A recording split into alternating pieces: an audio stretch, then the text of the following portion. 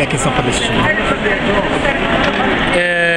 Os jovens são o motor da sociedade.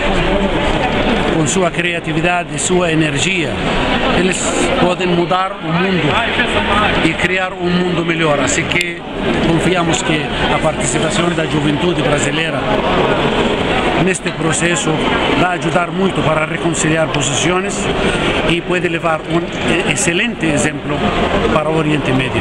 As últimas manifestações que aconteceram por todo o mundo no último mês é exemplo de que os jovens hoje eles estão aderindo à causa palestina, o que pode ajudar. Nós realmente estamos muito gratos a esta juventude enérgica, esta juventude consciente de seu papel. A juventude já tem consciência de si e está ocupando o lugar que realmente merece dentro da sociedade como promotor do futuro. Muito obrigado, é isso.